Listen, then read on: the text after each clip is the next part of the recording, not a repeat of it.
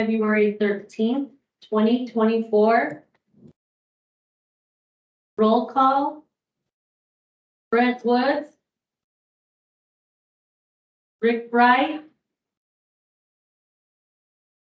Dennis Kuhn. Here. Fred Knapp. Here. Jeff Hamstra. Here. Ken Cawthorn. Here. We have quorum.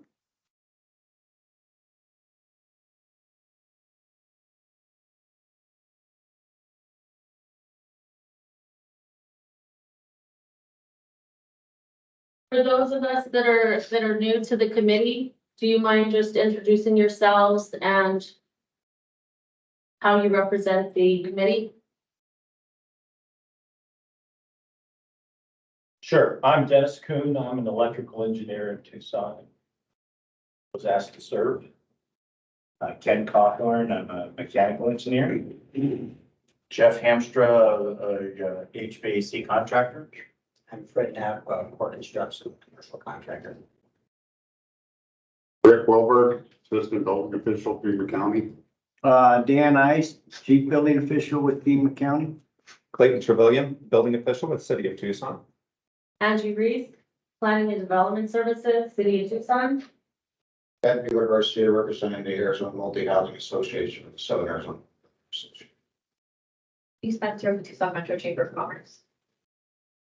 Fernando Duarte, City of South Tucson Building Inspector.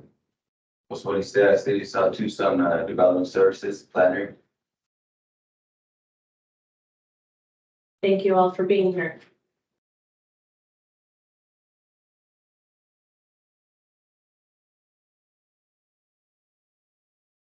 So who's gonna conduct since our chair is not present? Chair. Or the vice Or the vice chair. I'm like last on the list. Okay, I hate doing it. You're next on the list. I'm next on the list. Okay, we have been through agenda item number 1.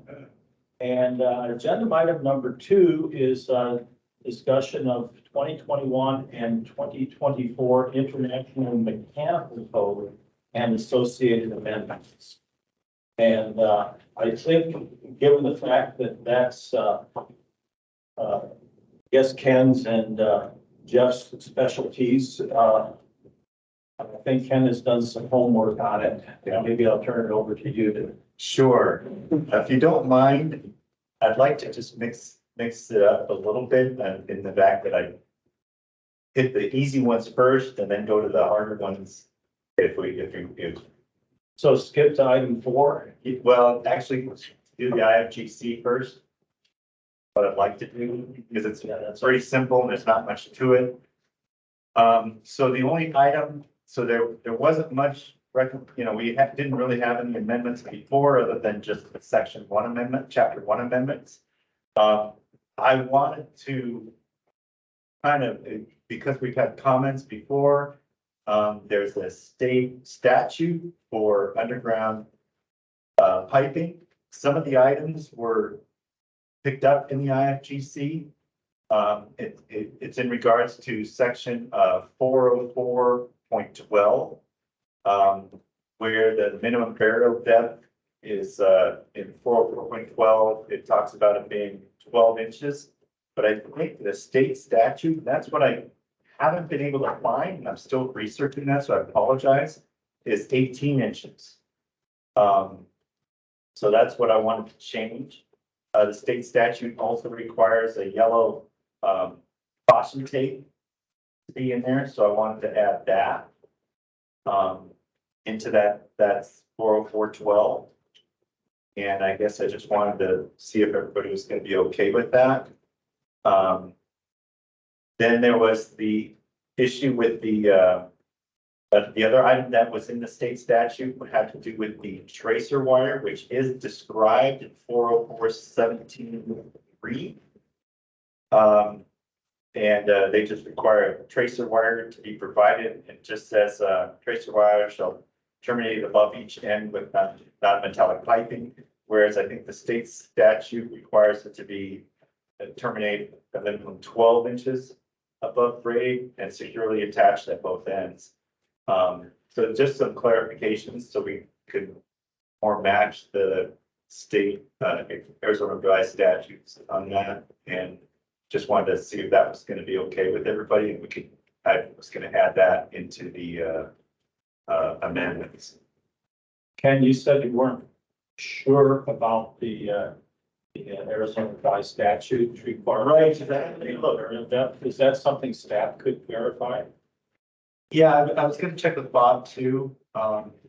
Yeah, because I just couldn't find it. I can't find that statute that we always referred to. We used to refer to it as a House bill, but now it's just a statute. And so we just need some help finding that statute, and I could do some more research. I just ran out of time. This month. I'll take a stab at finding it. Okay, all right, I appreciate that. Yeah, I would agree that would help everyone, because I think the hierarchy of what people look for codes is, you know, they start with the code book, then they go to local amendments. And That's about it. who remembers to go to ARS? Nobody, yeah, But you definitely don't want our adoption with the ARS. right. So I was just trying to write what was in the ARS into the amendment so that and it is addressed more. So the 18 version didn't address any of this. So it is, the 24 definitely has more in it. But I just wanted to clarify it so that it matches the statute better. And that's basically all I had for the only other item that I had from fire code, fuel gas code. Stuff used to start a fire. Yeah, exactly, right.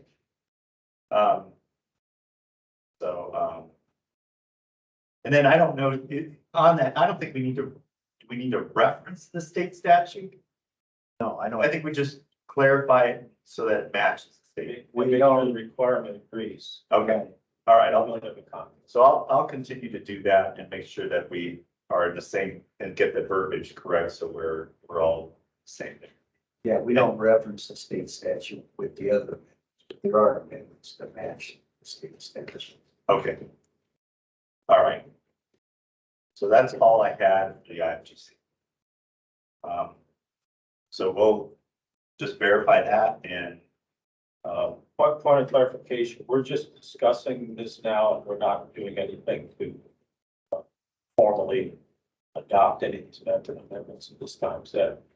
Correct. This, like, my recommendation is that we move forward through discussions with an actual vote to adopt at later meetings, potentially at the same time, but not necessarily required. So once we get far enough through the process, okay, and we've clarified all of your questions, like standards, things of that nature, we can add an agenda item on a future meeting to adopt your recommended. And who is responsible for actually putting the draft document together for each amendment? Okay, so really, this discussion is helping you get that draft document going. On that basis. Precisely. We have some drafts started already. right.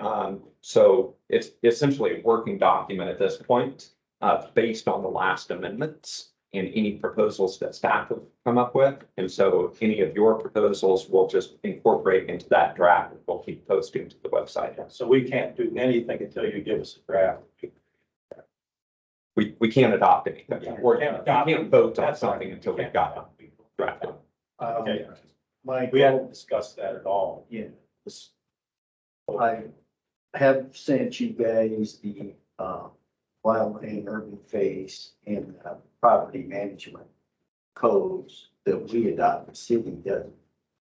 For now, I send everything you guys in a Word version, so if you want to, you can update it on that form, but I'll be, for the county, I'll be in charge of the planning documentation, prepare it before we have to find the program. And then once we go through these and we're all in agreement with them, I'll send you what I had written up in where, so you can cut and paste them into yours. Oh, that's great. Yeah. That works great too for a Right, double check. right. All right, so that's all I had for IFGC. Next one, the easier one would be the IPC, the 2024 plumbing code.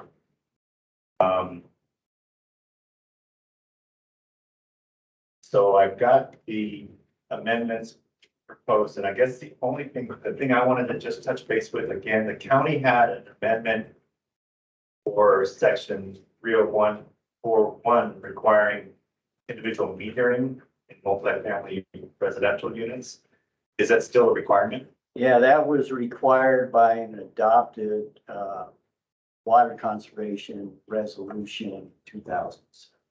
Okay, So I am stuck with that one for the 301.4.1. The, automatic.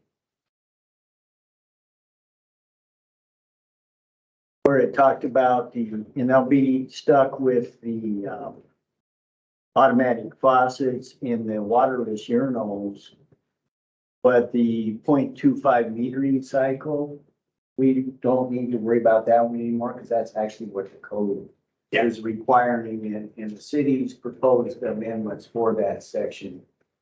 I'm fine with all of those, to try to maintain best we can where our amendments are sure.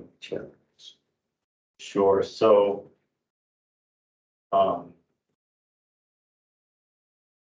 yeah, and that kind of goes through, let's just go through this real quick. There's no problem on the sewer depth. It's just a pretty number. The testing was just, deleting the last couple of sentences or some required testing, which is okay. The condensate disposal, the only thing we got rid of was, item 1, because that exact wording is actually now in code, in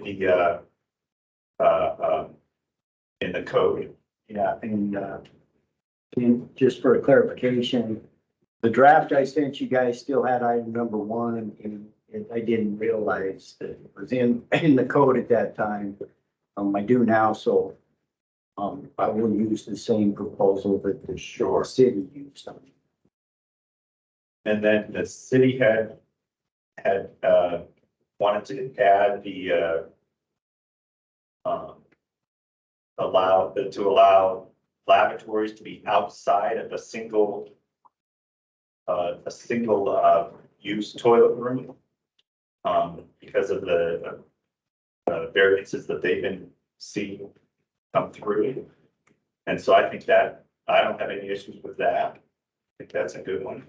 That was so the city had it as section 405.32 for public lavatories, where they wanted to add the exception so that the lavatory basically could be outside of the toilet. Let's see, I think we're all in agreement with section 410.4 remaining, where we can do a point of use water dispenser instead of a drinking fountain. I did have one question. Uh-huh. And maybe I'm reading the code wrong, but I think the code's only allowing that if there's 3 water fountains.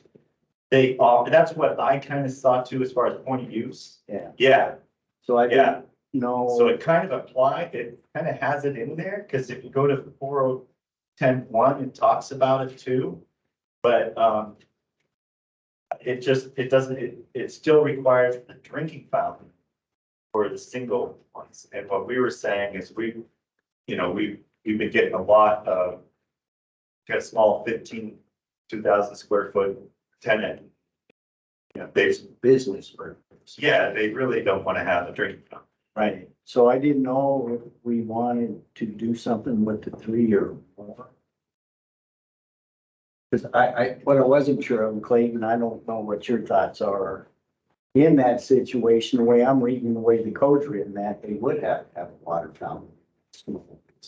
Because they don't have 3 or more water fountains. Or was I misreading it, which is extremely possible. It just says 15 or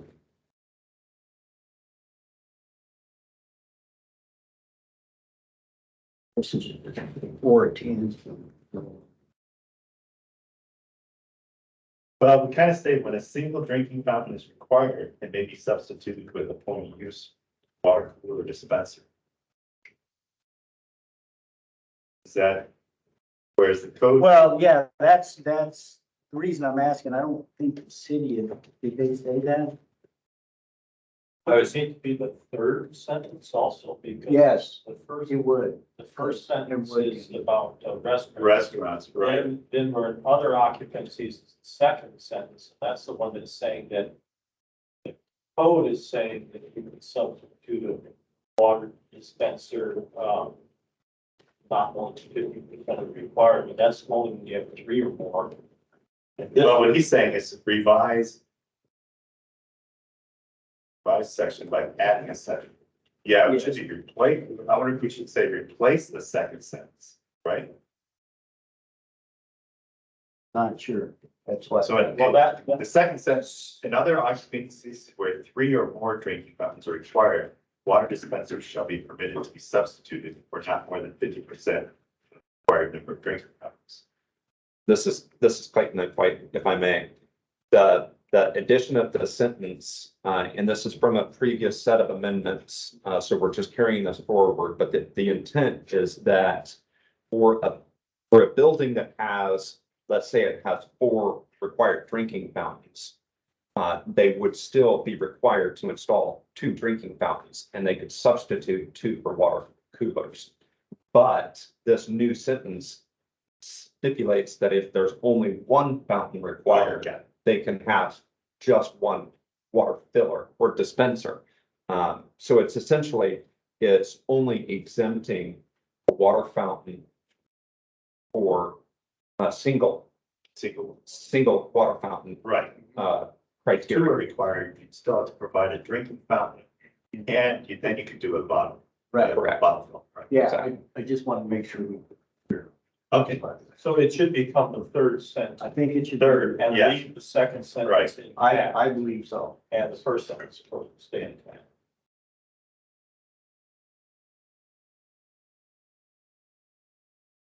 and that's for both, and that's in both, city and county. Next question. Yes. Is there a way we get clear as to what that water dispenser is?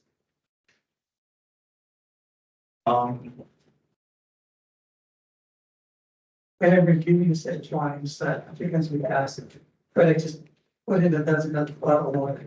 Right, right. It's in the definitions.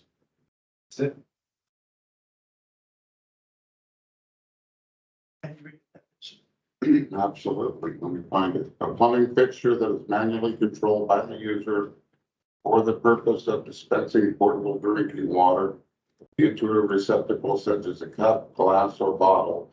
Such fixture is connected to the portable water distribution system of the premises.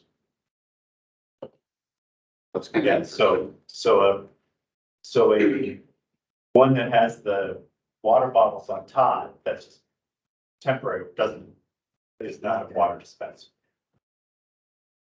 So, It would have to be supplied by the building water supply. correct.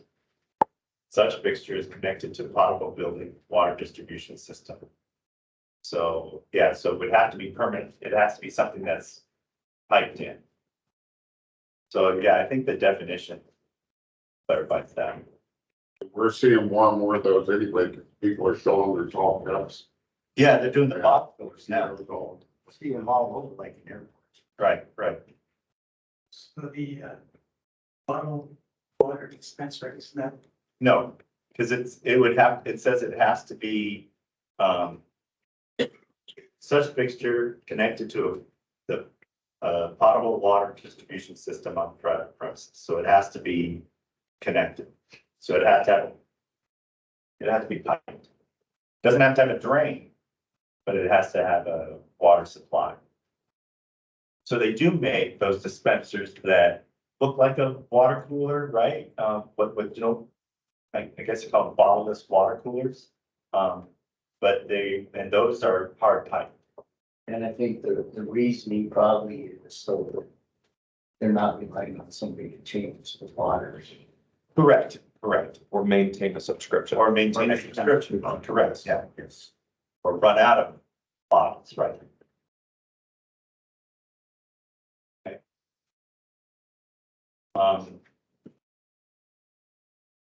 Let's see, next one was,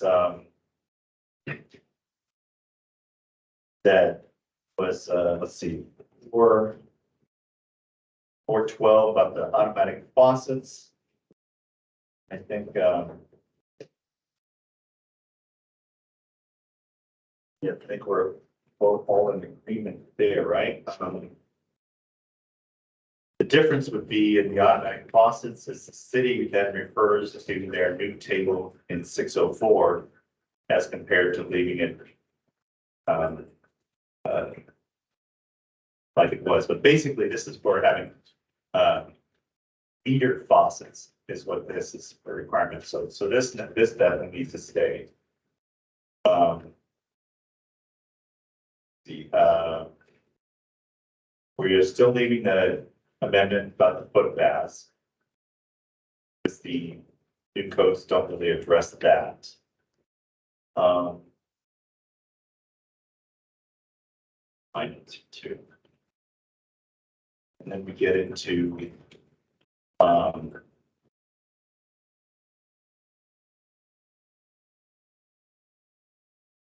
see, I'm just going through this else on here.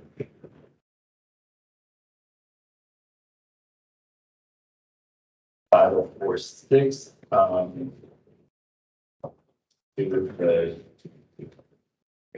Remind myself of the ladies.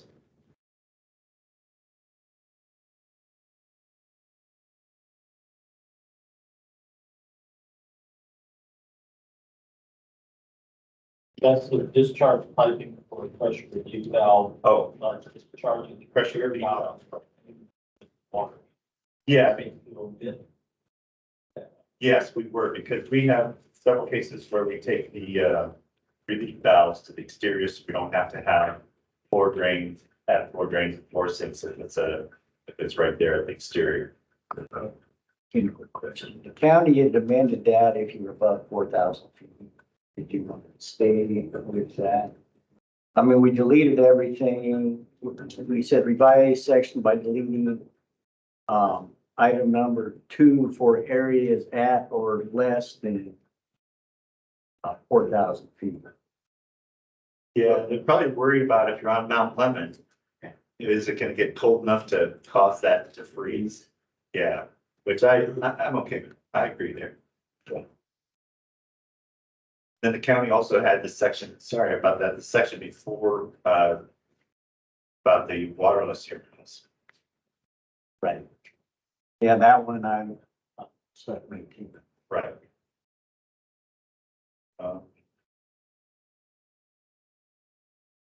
then we get into, so If we go back to that one on the discharge piping, 504.6, I guess I'm not understanding. We're recommending for all locations in the city and the county to eliminate item number 2. Unless they're above 4,000 square or 4,000 feet. In the city. I mean, in the county.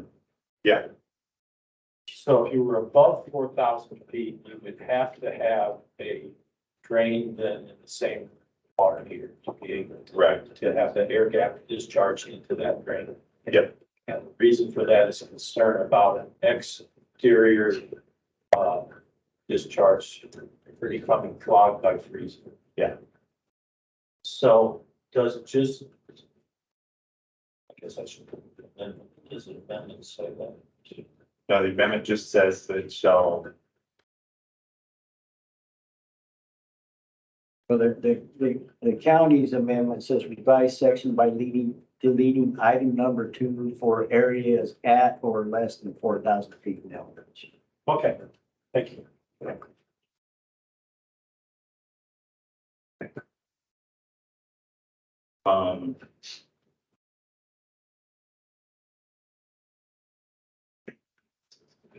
so then the county had an amendment here for the drain size, the pan size for water can Pan size and drain. There was a,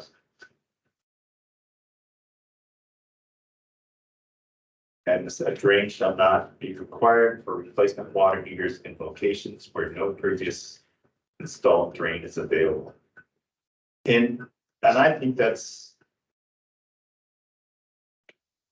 so that, I think that's a good one to keep, to have in there. So this is requiring you to have drain pans.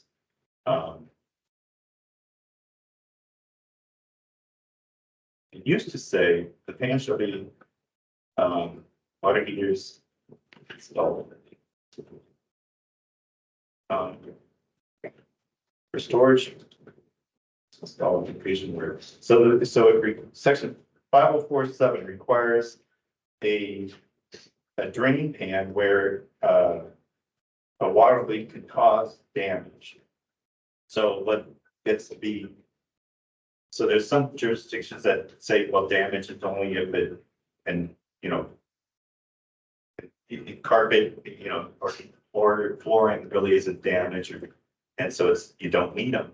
Other jurisdictions say, yeah, you need them. But the problem would be is if you've got one where somebody changes their mind later and you have an installation where there is no floor drain currently in there, and now all of a sudden you have to provide a drain pan that has to terminate to a drain, where do you put it? So that's why I think that amendment that the county has in there it needs to be in there, because just to change out a water heater, you need to have to saw cut, remove flooring, get a floor drain installed just to comply with this section. So, so I would recommend we also have that provided for, city. That's that. No, it's not in the city. So I'd recommend that we have that in the city too. Let's see, the next one is section, So when would those drain pans be required? so it's kind of, it's vague that it says what damage can occur. Because some jurisdictions, damage is structural damage. So if it's wood structure, you know, you're on the second floor and it leaks, it could cause wood rotting and things like that. So they want the drain pan up there. Yeah. Other jurisdictions say that, so that some of them say that if it's on the first floor, it's not going to cause any structural damage, so that's okay. Other jurisdictions say, but it could cause flooring damage. You know, carpet Floorings or finishes or something. exactly. So, because it just says. But if it was just, they say in a garage with a concrete floor, then it would not be required. Yeah, because there's no damage that could occur. Right. So it just, all it says is can cause damage. I'm just concerned about the increased cost if this is gonna end up mandating things and some types of some locations where it could increase costs. Yeah, so. Construction cost is so Right. high. So where it ends up being an issue, and it's just the drain, but realize the relief still has to get to either get to the exterior or get to a floor drain. So does the drain pan drain to something then, or does it just collect the water? It has to drain to something, is what the Yeah, code it's requires. you would ultimately need another pipe to Yeah, drain it to. so you either go to the exterior, or it could go to a mop sink, or it has to go to a floor drain before. Those are basically your options. So then if it's not leaking and it's going to a sink that isn't for anything else, then you have to dry traffic. Yeah. It just snowballs, It going, does. you need more and more stuff. Yep. Yeah, And we're doing that to keep from having carpet being right, right. So my preference, So should that be code or should that just be? my preference would be that it says structural damage. But I don't know if we want to add that. This is Clayton. I want to also point out that damage is very, what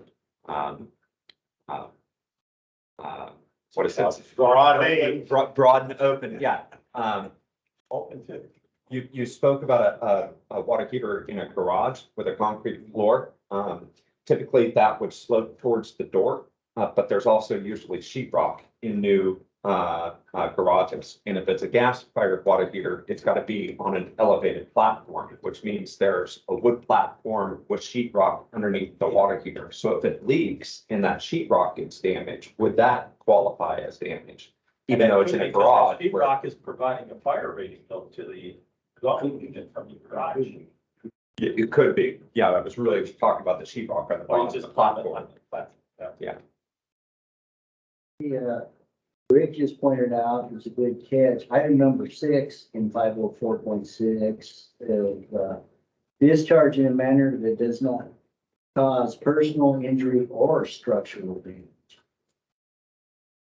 I don't know.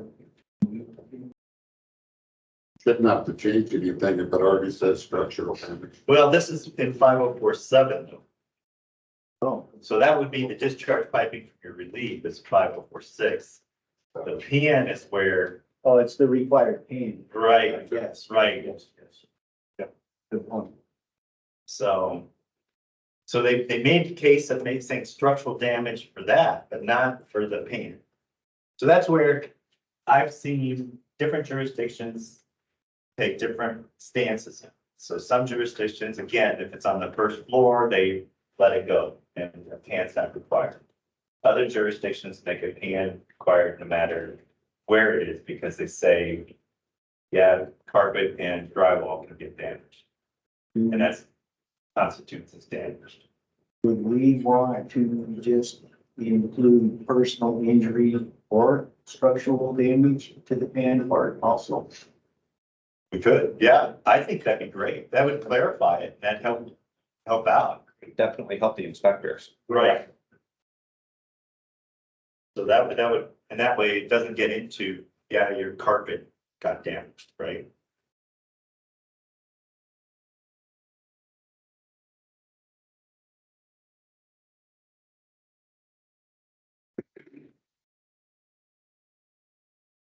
So what we would do is just say revise that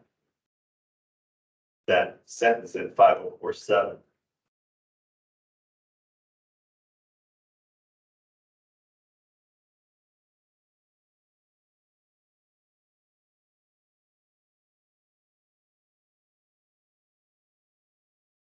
Maybe it's just replace, should we just say replace the word damage with personal injury or structural damage? Yeah, I was gonna say, We can just insert the, Insert. yeah, Right. I think. Between pause. Yeah. revised by, or in, yes, by inserting personal structural. Yeah, because I mean, that's what they have at the relief valve. Why would they have it for the pan too? Okay.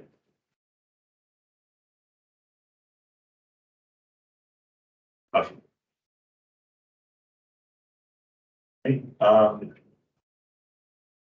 Next one is, so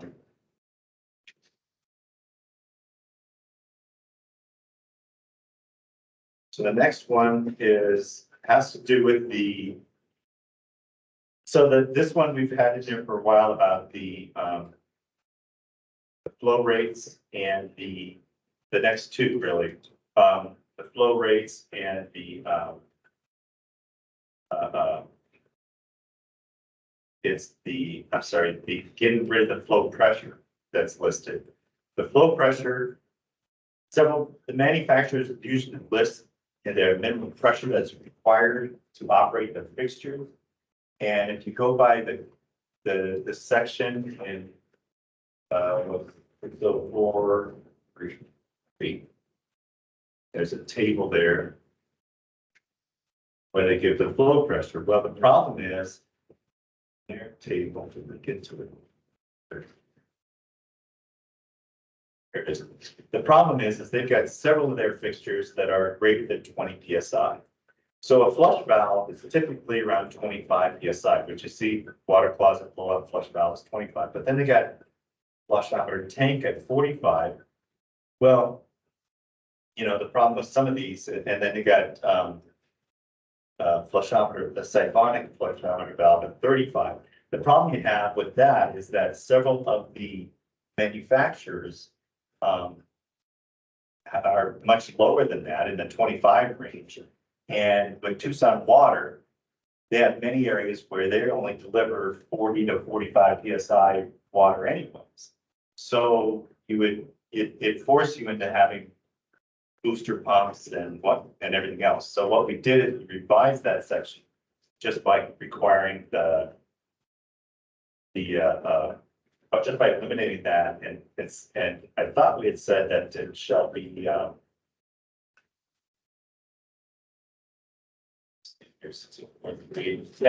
we just eliminated it.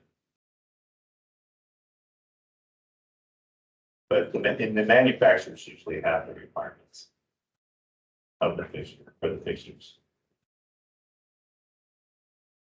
Which I think it's referenced for manufacturers requirements, which it is, in 6043. It says table 604 shall be in accordance with manufacturer's instructions. So I think that covers it. Yeah, I agree. So we were just gonna leave that one as it.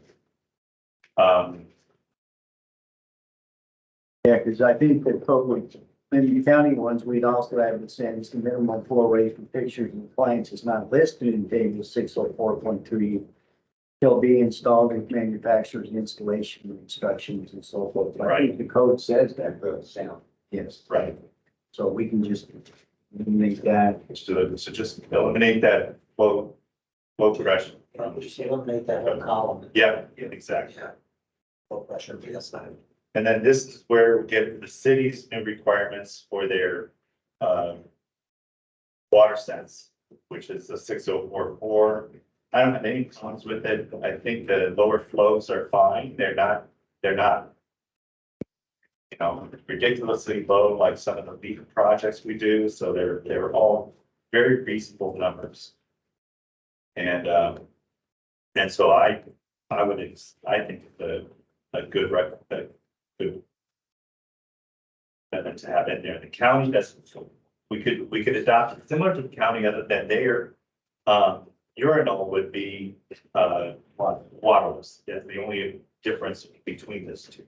Right, so for that section, we will match what the city has. I mean, the counties is not currently like that, it's draft, but Right. the next draft, I'll understand. Okay. Are we thinking we're gonna end up with two separate amendments? One that's strictly county, one that's strictly city, not a single amendment that may have a line item for city and line item for county? Correct. Right, each have our. And essentially, when the city presents the red line amendments to mayor and council, they're not going to be voting on differences for the county and vice versa. So whereas the county has waterless urinals and we have gray water, you know, ours. Yeah. The county will not be able to take the whole board of supervisors meeting to adopt the county amendments until the city council passes the state statute.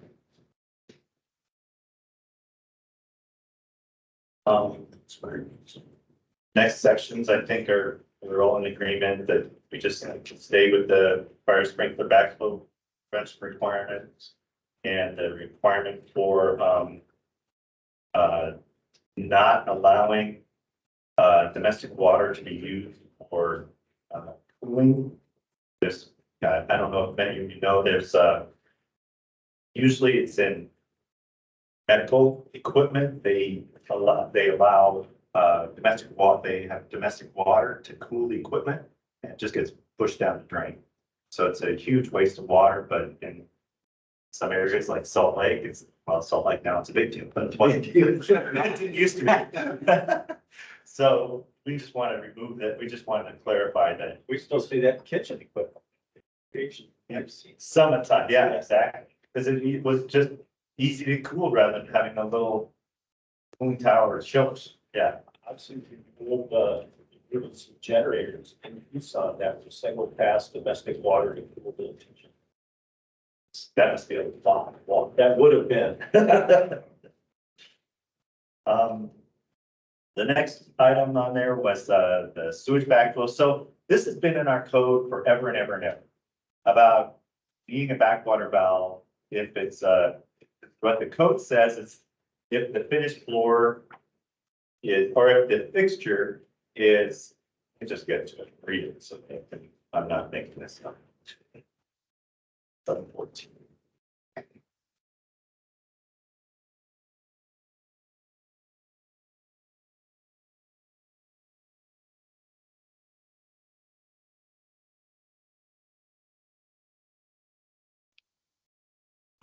So it says where the plumbing fixtures are located on a floor with the finished floor elevation below elevation of the manhole cover, the upstream manhole cover, then a backwater valve is required. So what that was saying there was that, what I know what some of the jurisdictions were concerned about is, what if it's exactly equal to, or what if it's 0.1 feet above, or 0.1 inch above, or below, is it still okay? So we just kind of made it, let's just say make it 12 inches. And I think the ruling, everybody was saying, well, it takes 12 inches of pressure to lift the manhole lid. I don't know if that's the case or not. And if it was, I would think it would be in the code. So I just didn't know if we needed that 12-inch requirement. I just wanted to get everybody's thoughts on it. I think that requirement comes from Pima County waste. Oh, was it? Yes. Okay, so then we probably need. All right. Then I don't. I will double check on that, Ken. But Okay, I recall that where that's coming. all right. And then we kind of reworded it above that a little bit also, because floors discharging from above that reference point, so not discharged through the same backwater. We added the word same in there, backwater valve, because what we were concerned about is the code says that the floors shall not discharge through a backwater valve. And which what we were saying is, I've had 2 cases now where we've had ejector pumps that are in a basement and they pump into the floor above.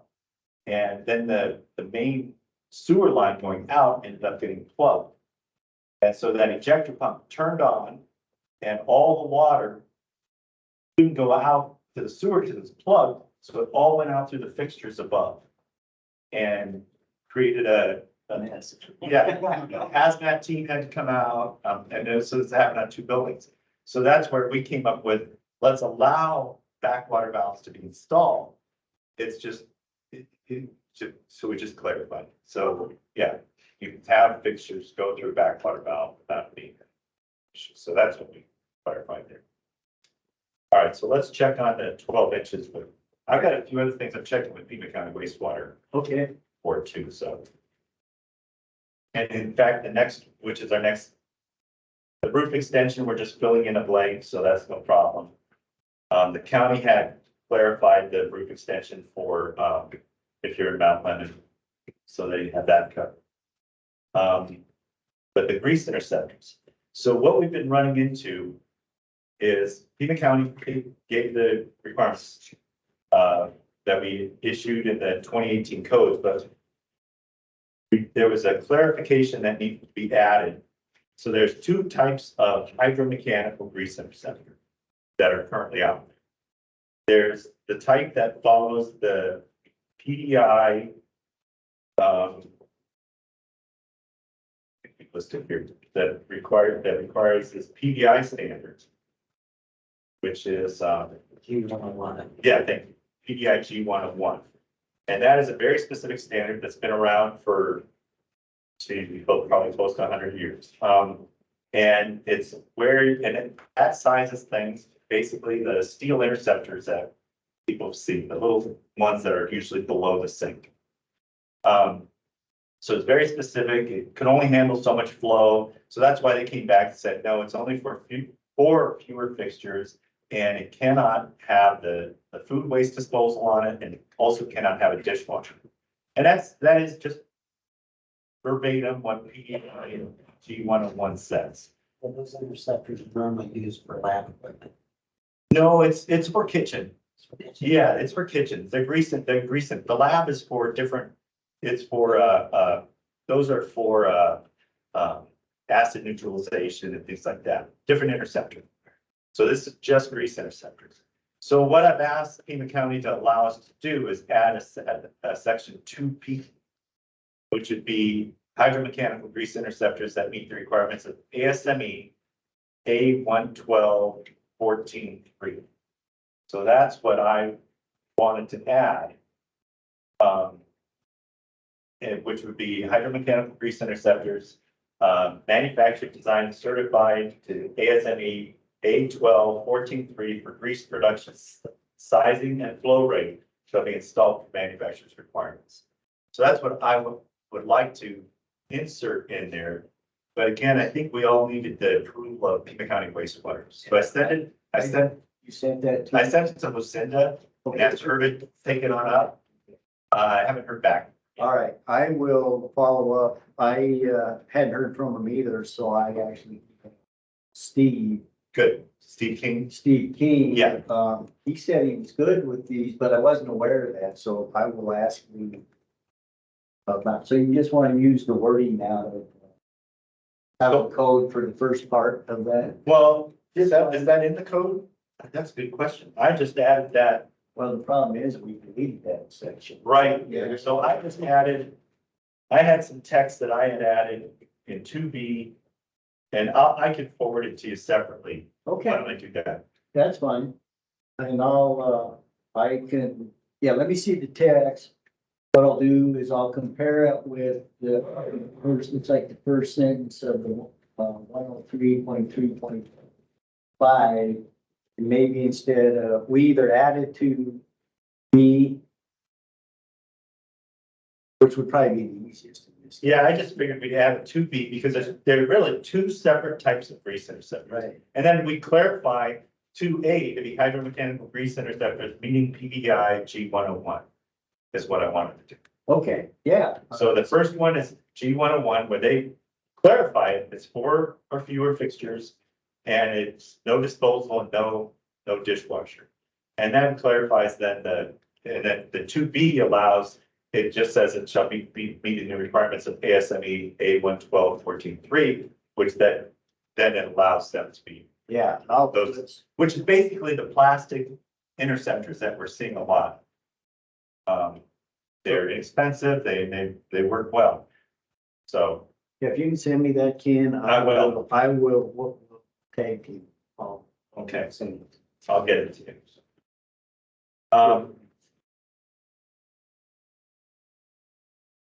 And then I also wanted to add a clarification for Pima County wastewater, because I know their intent was, and it also helps us out in other ones, and that's section 1003.2.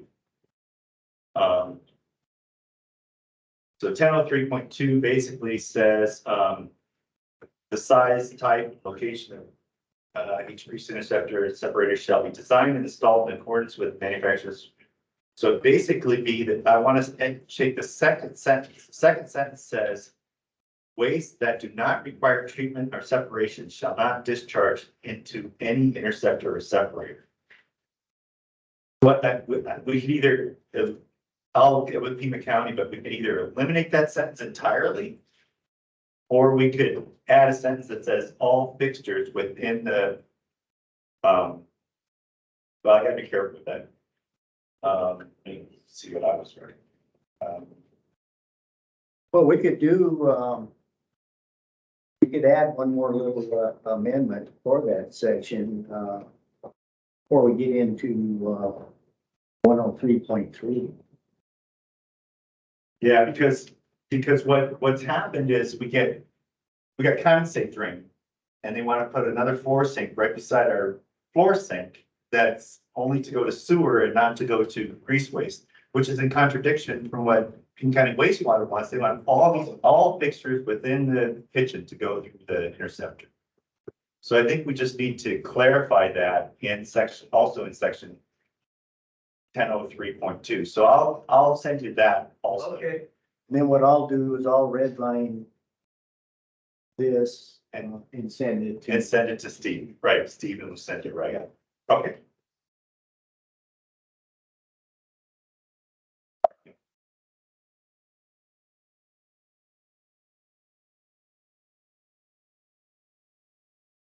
Then, let's see what else. Sorry. I also wanted to bring up, sections. Sorry. I also wanted to bring up, and this was another one for Steve King. I don't know if it's for Lucinda, but at least it's for Steve. And that is the 11, can we go to 1101.3? It's about rainwater.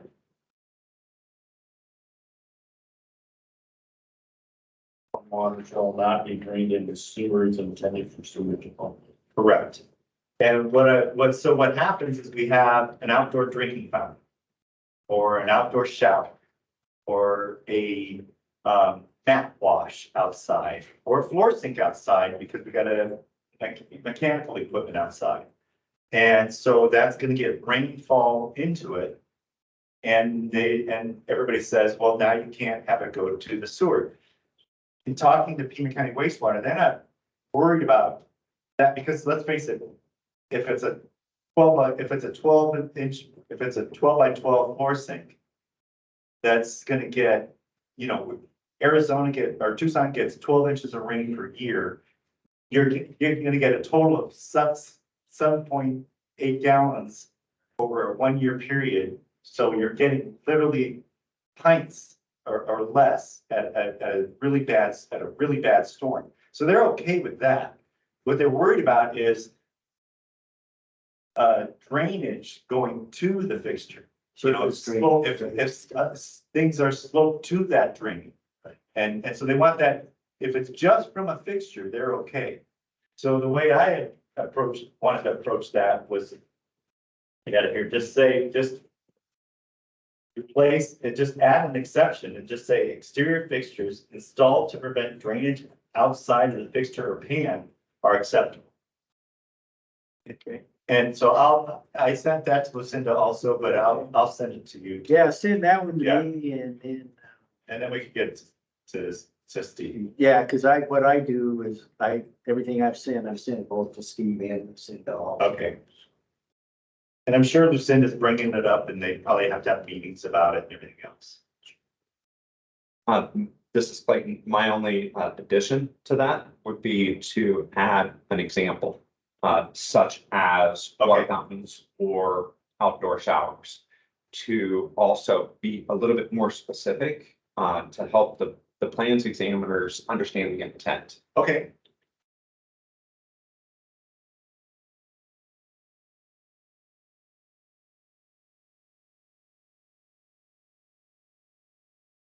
Yeah, I mean, because, we've seen, in like mechanical equipment, we just usually, if you got an equipment yard, I don't know if you've seen it, but the floor sinks are usually just raised on a little concrete pad, so that way it doesn't get rainfall from the entire concrete pad. They just raise it, so it's a little, if it's a 12 by 12 floor sink, now it's got maybe a 14 or 16 by 16 by 4 inch high pad that sits on it. So that way it only gets the rainwater hitting. Anyways. Those were that's the plumbing code. So I will get those to you. Yep. And go from there. That's the things.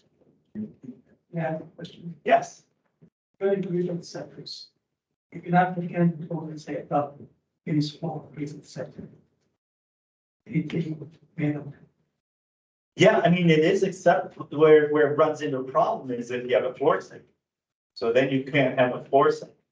So like if you've got a 3-compartment sink, you could do funnel drains to drain those, and then it could sit above ground. And we've seen that.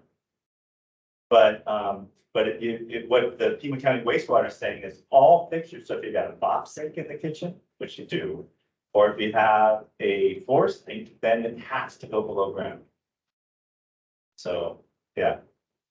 Now, if they have the mop sink not in the kitchen, because an older building, that the health department didn't require the mop sink in the kitchen or something like that, that's where I usually see those above ground. So. Okay. Now the tough one. And I'll say what time, I haven't been looking up time. We're gonna unpack. Okay, good. Okay, so. Find our amendments here. The condensate disposal we talked about, just to match the plumbing, and then I didn't know. So we'll do, that's no problem, it's Pima County just needs to cross out number 1 and just change the exceptions for 1 and 2, just similar to what we did for the plumbing. Yes. So I didn't know if anybody had I was gonna ask Clayton and Dan this question, if some jurisdictions have adopted this section 309.1, where it talks about spacing systems, because it's usually most of our country is concerned about the places freezing, right? So they really don't address cooling because most places in the country don't need it. So, I know the city of Phoenix adopted this change, and I just wrote it down verbatim. I didn't know if either Dan or Clayton, if you guys have ever run into, had issues with this, or think it's worth adopting, or not even bother. So this is Clayton. The city of Tucson has a municipal code, in which it's the Tucson City Code, which is also the code that drives the adoption of the building code. But in chapter 16, I believe it is, in the neighborhood preservation ordinance, where they, regulate weeds and junk motor vehicles. They also regulate noise and minimum housing standards. And there is where the city of Tucson has a local code that requires cooling in buildings. So the city of Tucson has taken that step, and we've that happened several years ago, mirroring other jurisdictions in work. But the city of Tucson is currently in a collaboration with Miami-Dade in Florida, in several jurisdictions in California, Phoenix, and UC Berkeley for a code proposal to the ICC to require mandatory cooling in all buildings. And amazingly enough, it's very, very similar to what you propose, with just slight differences. So the city of Tucson currently has that municipal code. So we require it anyway, but it's not in our mechanical code. I would recommend that if the committee is amenable to that, you consider the language that we've recently made a proposal to, what we heard at the ICC hearings in April for the 27 code. So we, potentially can adopt locally this proposal that's going nationally for a future code. Okay. And I'd be happy to distribute that information. Yeah, I think that'd be, I'm for it, because we do get a lot of, people trying to go into a building and say, yeah, do I need air conditioning? And so I guess you don't for code, for the ICC, but, so this way we could at least point to something. Yeah, and, stand for the county side, yeah, I think it would be good. It does. Right. And Yeah. I'm more than willing, Clayton, to use you guys. Can evaporative cooling systems get to IDF and all of our other variations that we have. Pretty close. Well, Yeah. pretty close doesn't mean they can do it. It could have the effect of mandating refrigerated air conditioning. I think I would feel comfortable with that if that cooling can meet the 90 degree. Well, what if a building official? Yeah, that. Maybe what we say, maybe do that. maybe should we add, 90 degree F? Should we, that? Go ahead. So, the proposed amendment does address, different types of cooling. With the intent that because, our proposal is going to the national ICC hearings, it needs to be capable of being served in all regions, which is why the city of Phoenix and Miami-Dade, Florida were both included because Miami has a much higher humidity rate than Phoenix. And so we had to have this discussion across those different climatic zones. And so the proposal also addresses air movement, where fans can provide a certain level of comfort. And the discussion goes beyond what the temperature is and addresses what human comfort needs are. But there's a different threshold for evaporative cooling than air conditioning, which is mirrors our local municipal code. I believe it's a 5 degree higher rating for evaporative cooling because evaporative cooling can't produce the same level of cooling during our monsoon as air conditioning. So there's a 5 degree temperature threshold difference if you choose evaporative cooling. And what about occupancies, like say a retail tire business where they have vehicle doors that are just getting cars in and out all day long, they have to leave those doors open. Is that going to be accommodated? I'm not sure where they fit in the occupants. I don't know That would be in those M or it could be something else. Yeah.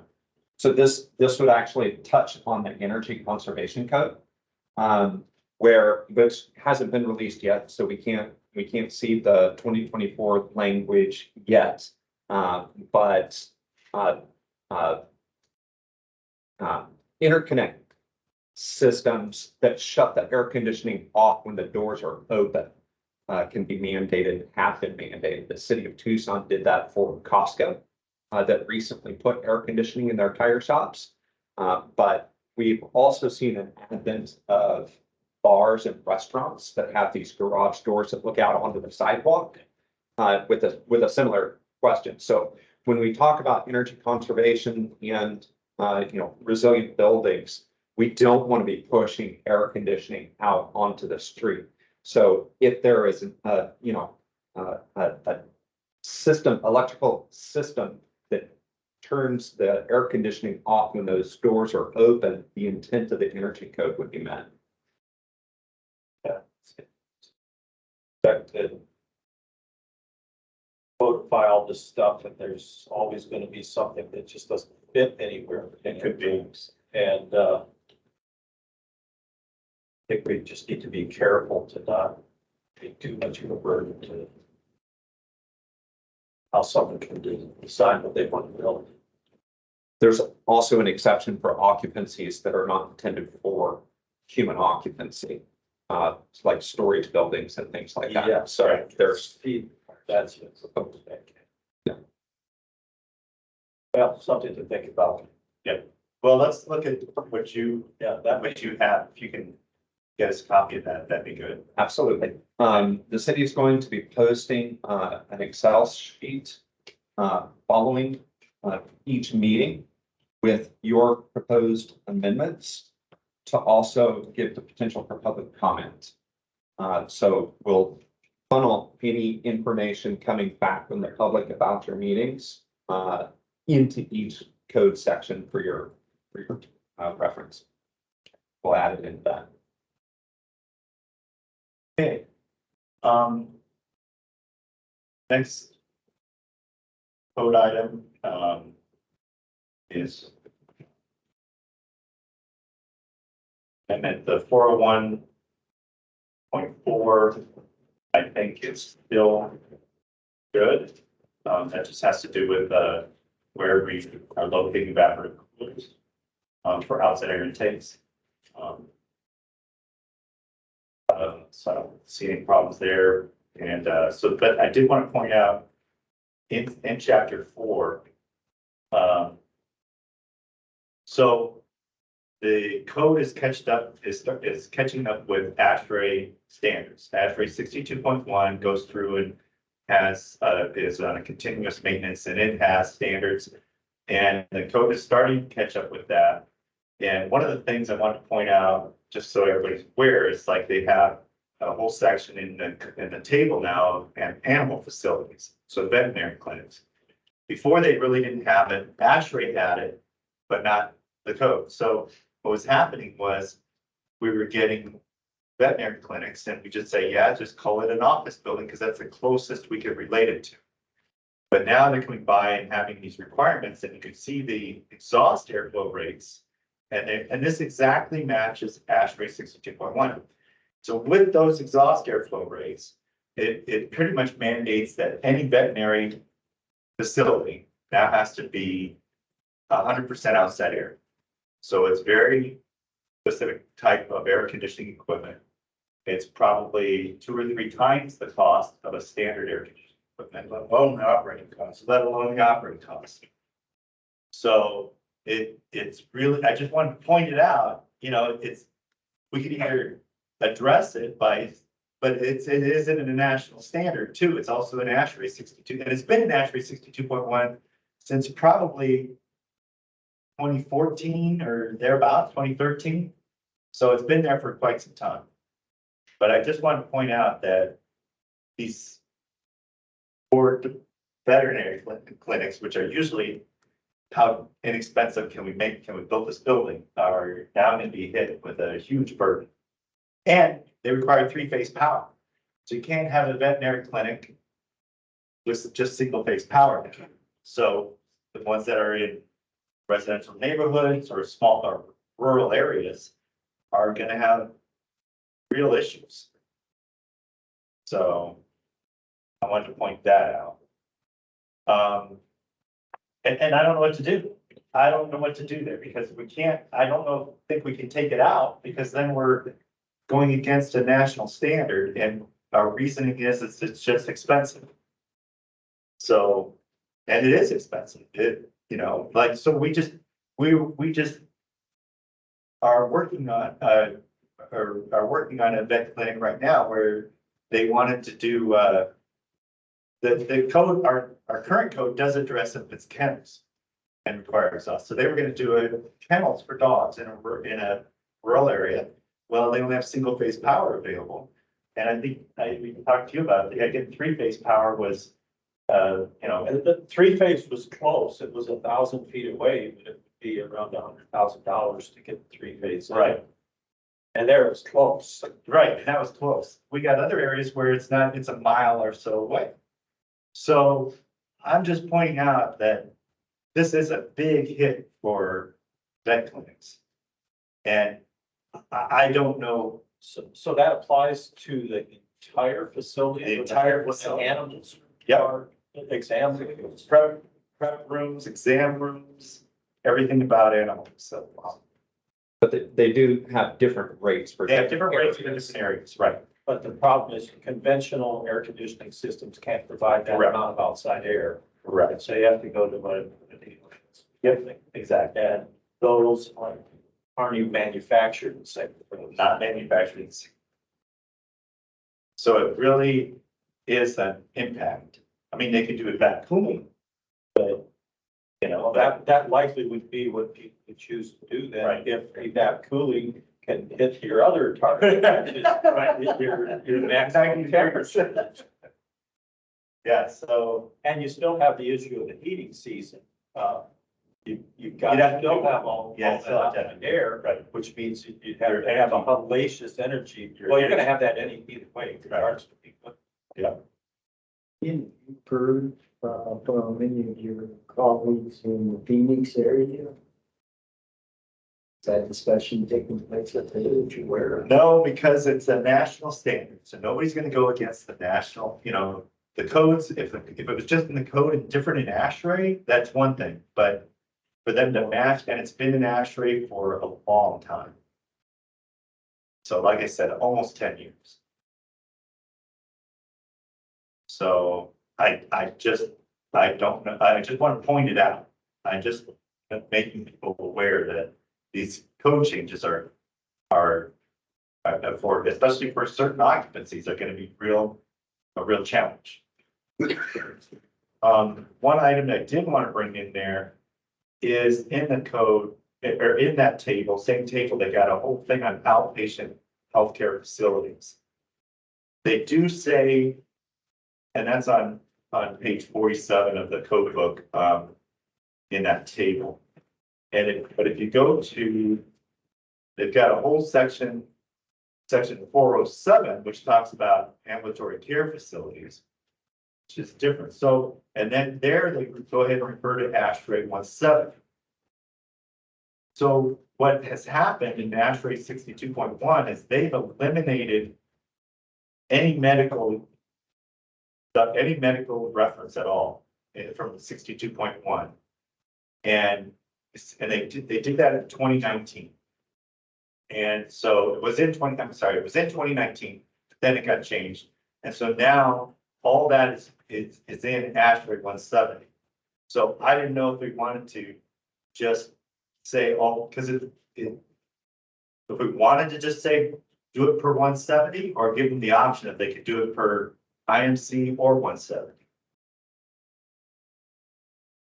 And we could just modify, or we could just go ahead and modify section 407 and say, just say healthcare facilities. Because that would dictate that they have to follow 170. So that was. So there's a big difference between an ambulatory care facility and healthcare. Correct. So ASHRAE 170 now has three or four they have three sections. Just like, so they kind of broke it up to follow the FGI guidelines. So you've got your residential, you've got your outpatient, which could be anything from doctor's office to surgery centers. So MOP, a medical office building to a surgery center. And then they've got your hospitals to follow the FGI guidelines. And so that's what they've done. And so the medical office building falls under that outpatient section. And they've even got, so they've got exam rooms and any kind of patient care area. So, and they are less restrictive. They really, it is this section, but it's been moved to 170.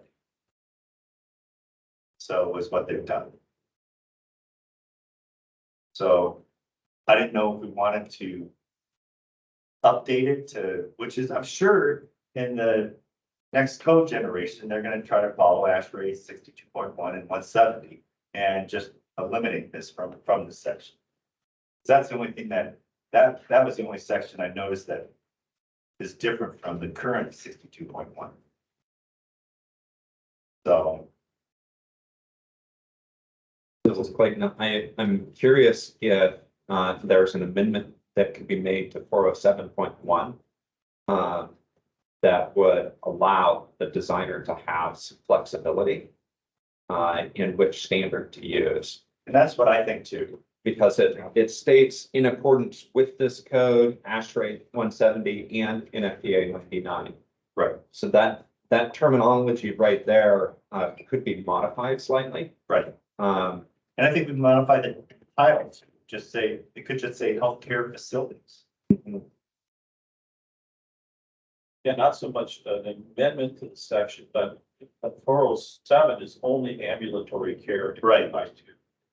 And so that's excluding all your medical office buildings. Right. Of lower level things. Correct. And you're suggesting, Ken, to bring those into that. Right. So then there would be the option to either follow the published mechanical code table or ASHRAE 170. Right. So that's what I've, Yeah. proposed, is substitute ambulatory for, healthcare. Yeah, And then adding the word or either instead of the word and, right, because it says with this code, ASHRAE and 39, theoretically, you could use the word or right. by giving more flexibility with What do standards. you say? Or, yeah, 99 as applicable, perhaps. Would we keep it installed in accordance with this code? Is it doing that? Since you're saying initially. Essentially, if I'm understanding you correct, Ken, this code, when we look at that table, is the actual. It's- or close. Yeah, so it is it is basically that table, yes.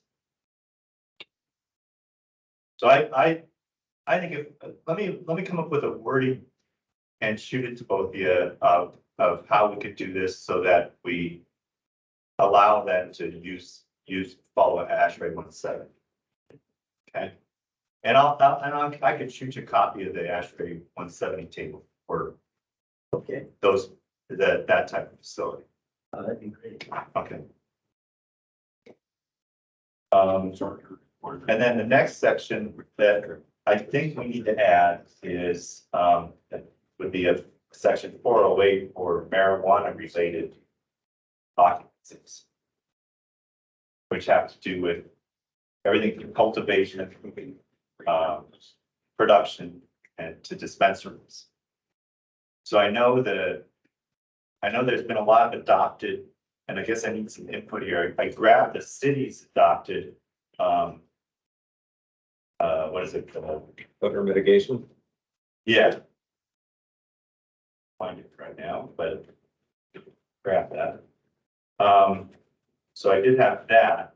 Basically it says that there shall be, you shall provide odor mitigation for all those. And I think we just need to put something in there, and we could give an example, but the example is carbon filters.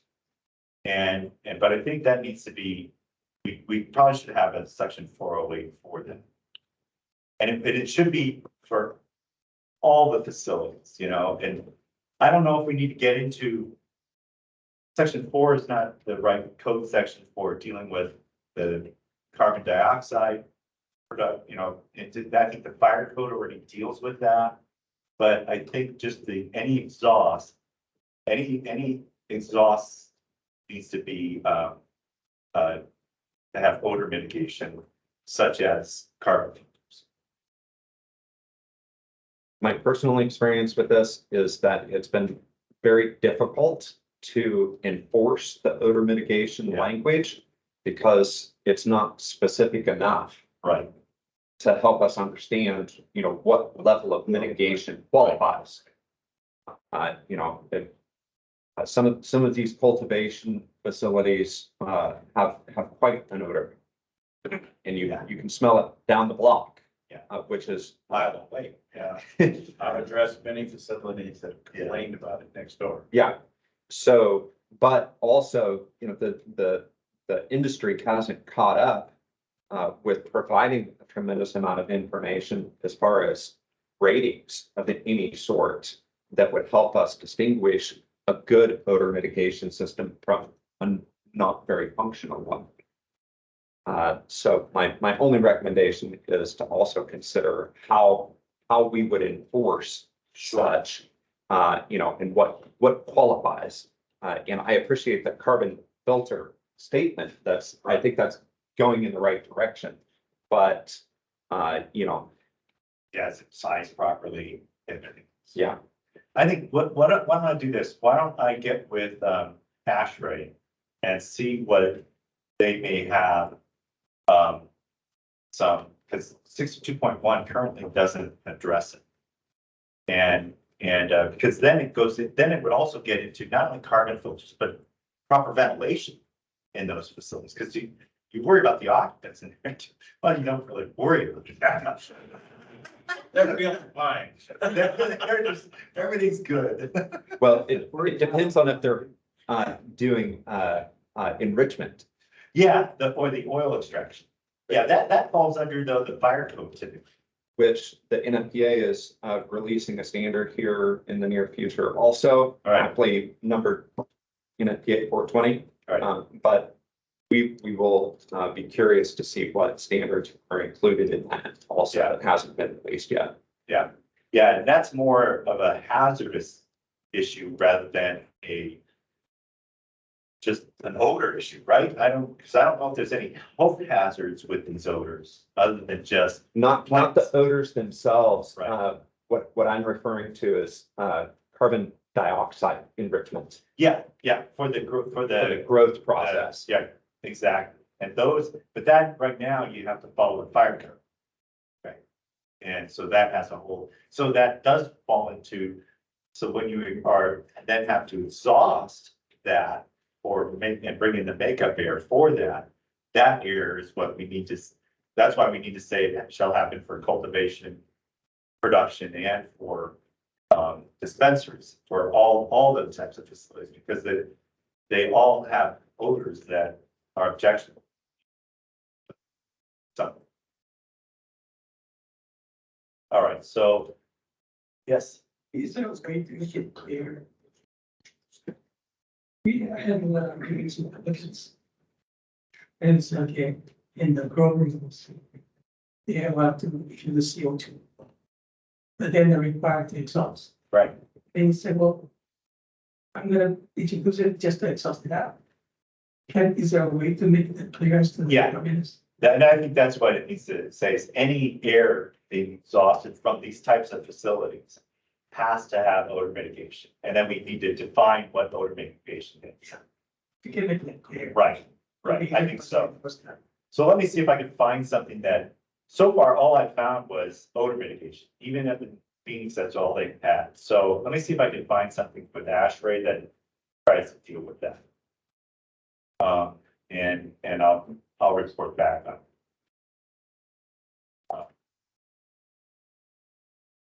So let's see, there was a section. Getting back to the codes, the other sections here.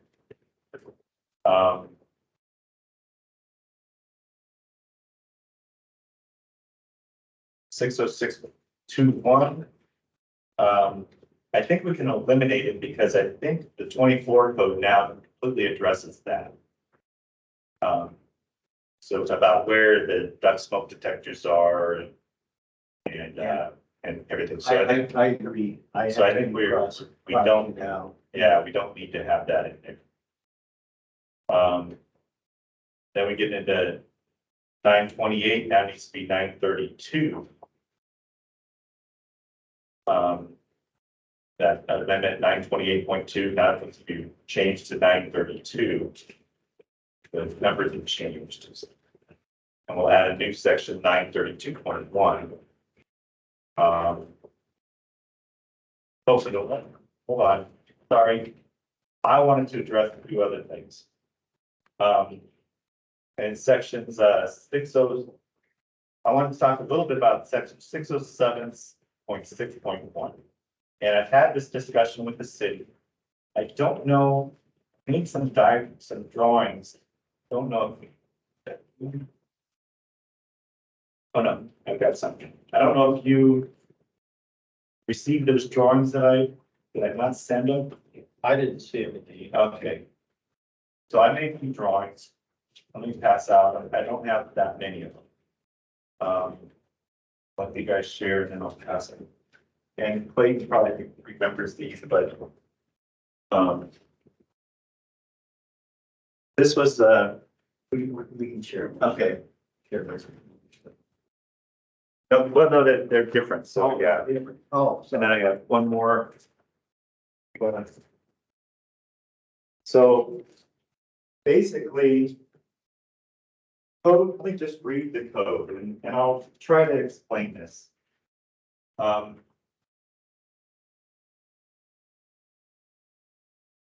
So it's 76. So this is basically, we run into this at apartments, just about every, which is very prolific.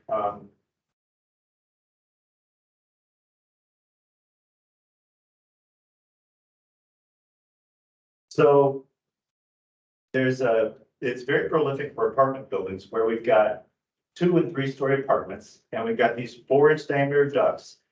The code section allows these 4-inch diameter ducts to penetrate 2 or more floors.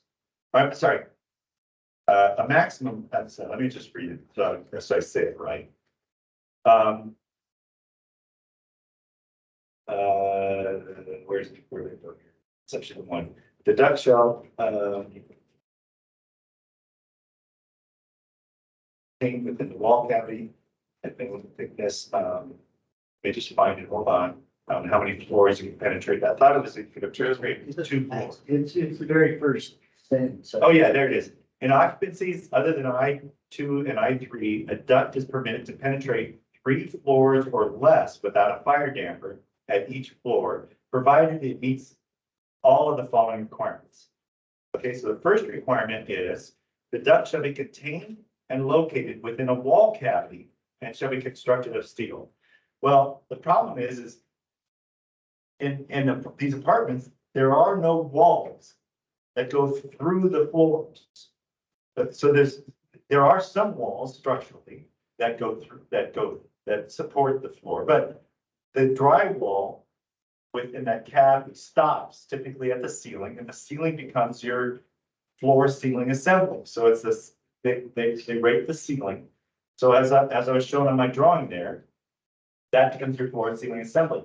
Most walls stop at the ceiling, and those that do go up, let's say it's an end wall, those might go up all the way, but they don't drywall them typically up above the ceiling that stops there. So what I was saying was that, to me, if it's going, 12 to 18 inches through this floor ceiling assembly, if that's acceptable, what's the difference if it goes 12 to 18 inches or 20 feet, if so long as it stays a steel duct? So that was the argument that I was having, that I presented to the city. So the city came back with that they felt that it was, that they wanted to minimize that duct passing through and say it had to be in vertical. So that was, and my feeling was, is there are sometimes the walls don't line up. So it's find walls that line up, and can I, so how far can you offset? So those were questions that I had, and that's what I kind of wanted to bring up to this group was, is it accept if I can, whether I'm going 12 to 18 inches or 20 feet, I didn't know if it meant, if it meant anything. I didn't think it did. And so my feeling was that so long as I leave it as a steel duct, whether you go horizontal or vertical, I thought it was okay. I didn't know if we wanted to. I think we need to address it in here somehow, because the code says it shall be in the wall cavity. It's really not in the cavity when it's going through that floor ceiling assembly. And the reason I'm bringing this up is it's going from one tenant to another tenant, right? And it's acceptable to have just a 1/2-inch drywall protecting that. So if it's going horizontally several feet and it's in that assembly, isn't that good enough protection if it's acceptable to be behind the 1/2-inch drywall in the other tenant space? So that's where I wanted to bring it up. So I didn't know if you wanted to think about this, but it's a lot to absorb. But again, my feeling is that if 1/2-inch drywall is okay in somebody else's tenant space, then I can't remember what the drywall is at the ceiling. It's probably, I'm guessing it's 3/4 inch. So, yeah, from the city's perspective, it has a lot to do with the fire separation between the units. But we we can definitely dig into it. I believe we have some older, appeals that we have worked with us already on. Yep. And before I respond, I'd like to make sure that we were consistent with, the determinations, or at least addressing all of the issues that have been brought up before, so we can go back and dig through those old discussions, to make sure that we're addressing all of the life safety concerns, because it's really life safety. I mean, typical dryer vent has got a restriction on the maximum amount of feet that you can run. If you have a 3-story, we're typically trying to go horizontally to get that vent to fall within the mechanical code as well. Right. And exhaust fans, if you're adding and having to go 3 stories versus straight out the side, the ventilation that exhaust fan is gonna have is greatly reduced. And also, and just the fact that sometimes walls don't line up, so you're gonna have to, is it acceptable to do an offset? So there's a lot of those kinds of questions that I think needs to be addressed, especially with the inordinate amount of apartment buildings that have been going up the last 5-7 years. Yeah, it's huge numbers of them. And so that's what we've been running into. So if we don't have an amendment, It's what up you're to, suggesting is maybe disallow? Because- yes, So what would have to happen is they would have to maintain their wall and ceiling fire ratings by having the proper construction there, and then build a separate chase for this exhaust stuff to be able to. that get was, through. that was some of the suggestions. yes. Oh, okay, so and that, of course, adds construction costs, considerable cost. Correct. And so the case where you're trying to go horizontal to an outside wall, you're still actually running within a fire rated assembly. Correct. Yep. Which is the ceiling on the bottom and the floor on the top. As opposed to having to build a chase it. So that's got big economic impact.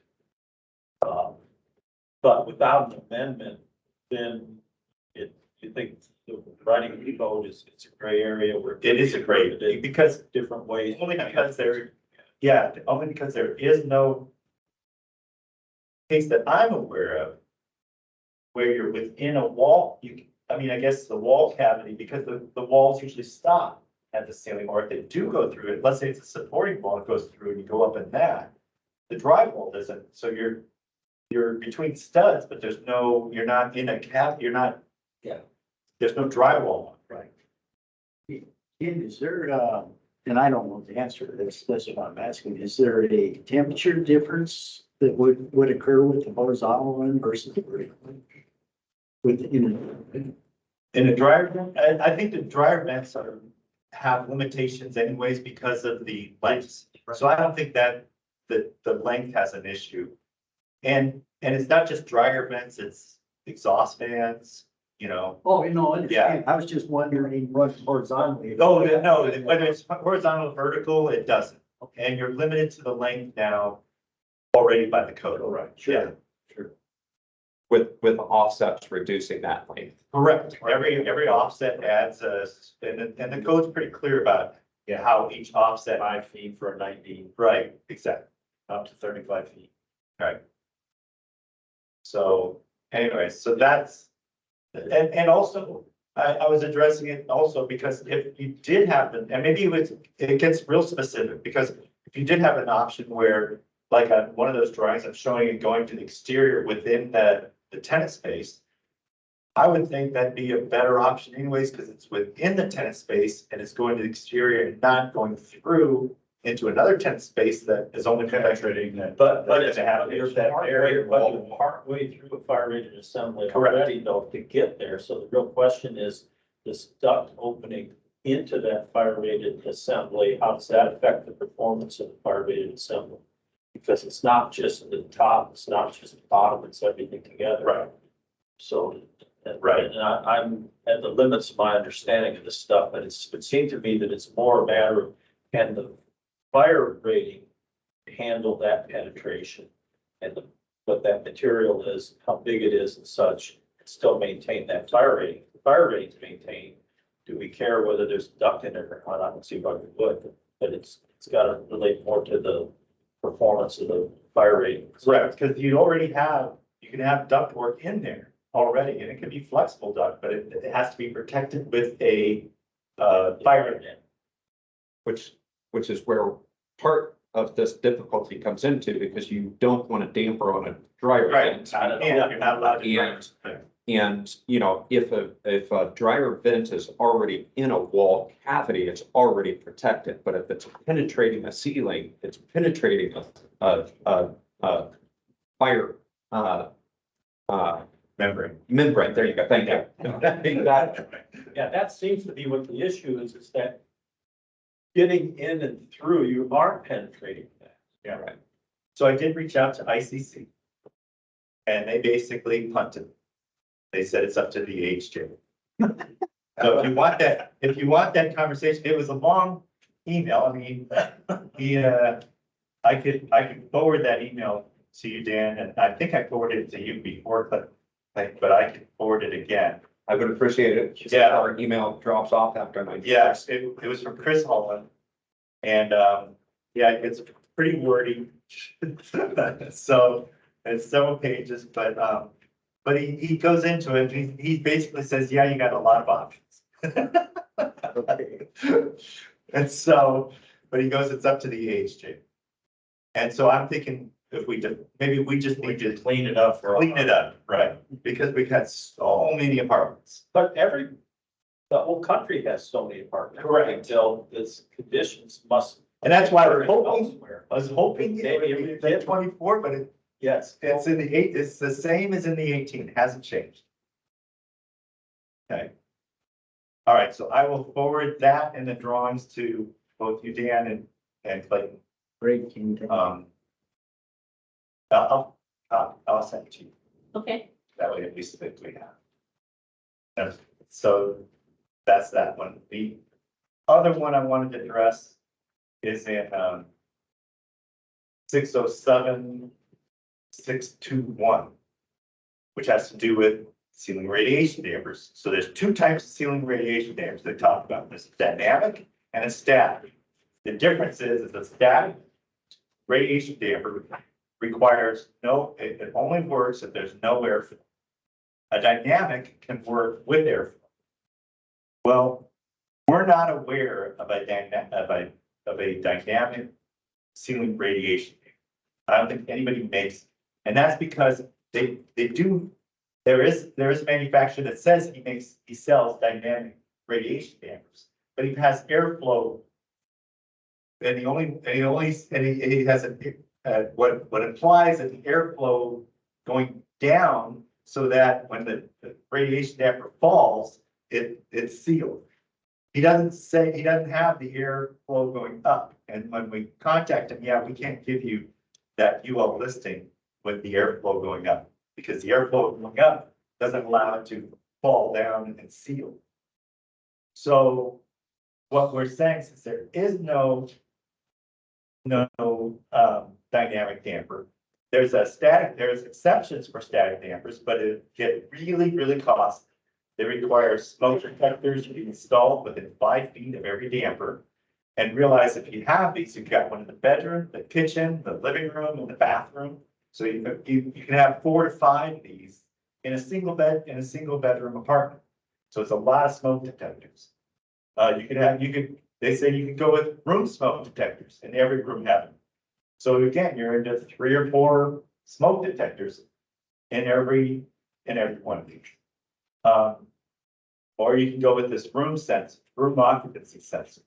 So that's where I wanted to add a 4th exception that says if we had a smoke detector in the unit, it'll shut the unit off. So that's the 4th exception I wanted to add for static dampers, because otherwise, What does it mean having a smoke detector in the unit? Does that mean a field installed detector in the unit, or does it mean the manufacturer makes the unit and tests the unit that has field installs. But I don't want So then what does that mean? A smoke detector, does that just mean, the the little detector itself put in there, how do we know that's gonna work? Because typically, when you are trying to detect smoke in an air duct, you need the sampling tubes and the duct distance to get laminar airflow and all this other stuff to really know that it's gonna work. And if we just say put a smoke detector in, we don't know that it's gonna actually detect smoke. Right. Now, if we're putting smoke detection in, I think somewhere else in this thing, it says if there's a fire alarm system, it has to tie into the fire alarm system. Right. Now, I don't know if that's happened on any of my projects where detectors have gone into stuff down. Yeah, exactly. Yeah, so that's not in any of mine, but I'm just thinking, let me just address this smoke detector possibility, so we have room smoke detectors. In the fire code amendments, 2018, when you have, apartment buildings that have inside hallways, and I think it's 16 or more units, the city is now requiring that the smoke, as a minimum, that the smoke alarms in each apartment is back connected to the fire alarm system and is monitored by the fire alarm system. And what has become a practical solution to that is actually not to standalone smoke alarms in the individual apartments, but rather fire alarm system smoke detectors in those locations that would be required to have a smoke alarm. So that would mean every sleeping room and the areas outside the sleeping rooms are getting smoke detectors already. So you've got coverage of your bedrooms, or in some cases, rooms that might not be labeled as bedrooms, but look like bedrooms otherwise. And the areas outside may require, depending on where your air devices are, to have a few other smoke detectors, but it may not be a real significant difference to add a couple more smoke detectors to facilitate, the ductwork design. It's going to need these dampers, when we're building, constructing more hollow space in the building to move your air around. What if it's a apartment that has exterior, no interior closures? Then it would not be required. Right. So that's where you're in a different place. Right. And that's what, Different situation. and that's where, And what about putting, if you're putting supply air into a bathroom, do you have to put the radiation damper on that? If yes, then you'd have to have a smoke detector in the bathroom, and that is not recommended to do. You're gonna have a horrible amount of false alarming and short life with that detector because of the changes in humidity and such. correct. So could we just allow a single detector near the return? Within 5 feet of the return Of the of the envelope right? that it's feeding. You're getting accumulation of all the air in the structure. So what if we allow at least a room detector, smoke detector, within 5 feet of a central return? So if you have a fan coil in the ceiling space and the return is at the ceiling and you're close by to that, I actually have more faith that that detector would detect smoke, even if we put one inside the fan coil somehow, because we don't know how the airflow is actually going to go through the fan coil. And smoke, it might just bypass. Yeah, somehow, materials move too fast or whatever, right, it's not working.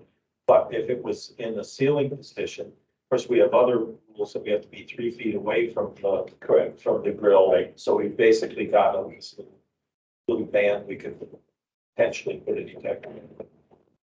I mean, I think since all the air in the whole apartment's gonna be going in that direction, that would probably make some sense. Now, not all apartments don't have horizontal fan coils in the ceilings. Some of them have package units and return airs down low, or vertical units with return down low. So, there's a lot of different configurations. But in most cases, if you have a single return, all that air in the apartment is heading toward that one area. And my thought is maybe we just say within 5 feet of each return grill. And that way, because what if they have multiple return grills, then you're gonna have multiple. You'd have to do each, Right. each one. Yeah, so I'm thinking we make an exception that allows the detection for those, because, but again, there is no dynamic fire damper, and if there is, it's my understanding so far that those are not well listed. They're advertising that they're dynamic dampers, but in doing some research, I don't think they are. They're not actually listed. Yeah, I think they're still, static dampers. So, The code now is saying there can be this technology, but the technology doesn't really exist. correct. Not in ceiling radiation. So, And if it exists for fire dampers, but not for ceiling radiation. And so the ceiling radiation dampers, it's trying to be sort of a passive thing, just have the diffuser then. So, yeah, it has a fusible link and it has basically like a butterfly, that's held together with a spring. And so if the fusible link goes, it pops closed, it's got some, insulation on it that keeps the heat from catching the structure on fire. And so that's the protection, whereas if the air flows up, what it says is that it doesn't meet the UL requirements because the spring is not strong enough to hold it down against all kinds of airflow. So if that was a supply, Then it meets the dynamic. it would meet the dynamic requirements, but say if you had a vertical air handler going up, you need a fire damper. Correct. Going up. And that's why they don't list them as dynamic, because it can't go both directions. It can go one direction and meet dynamic, but not both directions. So it can meet the supply. And maybe we clarify it that way. If it's a supply, it's acceptable. It only is not acceptable if it's a return. And maybe we clarify that way, and that would solve a lot of it. So if you had a unit that used a vertical fan coil and you went up and into the floor structure. Or Well, that's where Then you need a fire damper. where it goes up into it, that's the one that it doesn't apply. Can you mix and have a fire damper above the unit and have that dynamic? That radiation dampers and all the diffusers. Well, that would comply, but the one that's going up into the ceiling space, I'm sorry, that's the one that is not gonna be a dynamic damper. That one, for it to comply, needs to have the fan shut off. And so the reason why we're even trying to use these things is because we're trying to build the dwelling, usually it's dwelling unit. Yeah, To eliminate soffits for the aircraft that are outside of the fire rated construction protocol. yeah, so The other option, anybody has the option of just designing their building and their air conditioning system, not trying to run the ducts within the. correct, because it's some apartment builders, it saves them money the drywallers come in one time. And once everything's up in that ceiling space, they drywall it. And then they don't have to come back to build the soffits and drywall the soffits, because they have to bring the drywall back a second time. So some of the builders prefer that method. And they've been building them now with these radiation dampers that apparently are not actually Correct, maintaining the fire rate. correct, So it's unsafe. correct. That's how they're doing it. So we have to do something. Yeah. Seems how we have a building official sitting here. If you guys have plans now, you wouldn't allow it to happen. Yeah, I'm not in a position to make a determination on that, but now I'm awfully curious what designs have been approved, especially with the advent of our external reviewers having such a higher involvement in our reviews. We've expanded the breadth of comments that we've seen, as many of you know. So my first, Yeah, the comments are different depending on reviews. which has always been the case, you just have more reviewers now. Yeah, yeah, so we're doing, It's interesting how they all have different attitudes. What's important? Yeah. So that would be So- the first thing that I would check, is just, again, look for precedents. right, so I think we need to add another exception or come up with. Or we leave it as is, and it just, you wouldn't be able to use. You wouldn't be able to, you'd have to provide, you'd have to meet the three exceptions that are there. And so I just didn't know if we wanted to add a fourth exception that makes it easier to use this type of system. We'll definitely take a look. I'm really curious to hear what Bob Sherry is gonna say about it as well, since he's done a lot of the advising over time for the city of Tucson. I just want to give you guys a 9-minute heads up. Yeah, so what we've done is we've seen, oh, we gotta go. Sorry, so we've seen we've seen it with heat detectors, and we've seen it with smoke detectors in return. We've seen both of those. By other instances. But you're right, what type, it doesn't, the heat detectors are just almost like a thermostat. But if the heat detectors on the return is down low, that's gonna be a false reading compared to one that's at the ceiling.